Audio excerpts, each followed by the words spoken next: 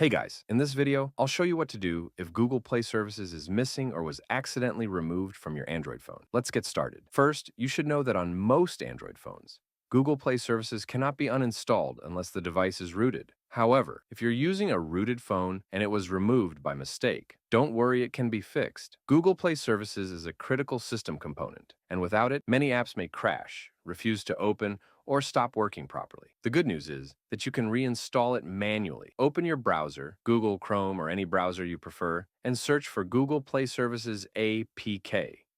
Open apkmirror.com, which is a well-known and reliable source for original Android app files.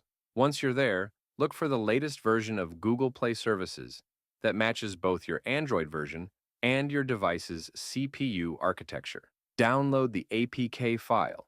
After the download finishes, tap on the file to begin installation. If you see a security warning, go to Settings, then Security, and allow installations from unknown sources for your browser. Once the installation is complete, restart your phone. After rebooting, go to Settings, Open Apps, and you should see Google Play Services listed again. That's it. Your apps should now work normally. If you found this tutorial helpful, please make sure to like the video and subscribe to our channel for more content like this. Thank you for watching.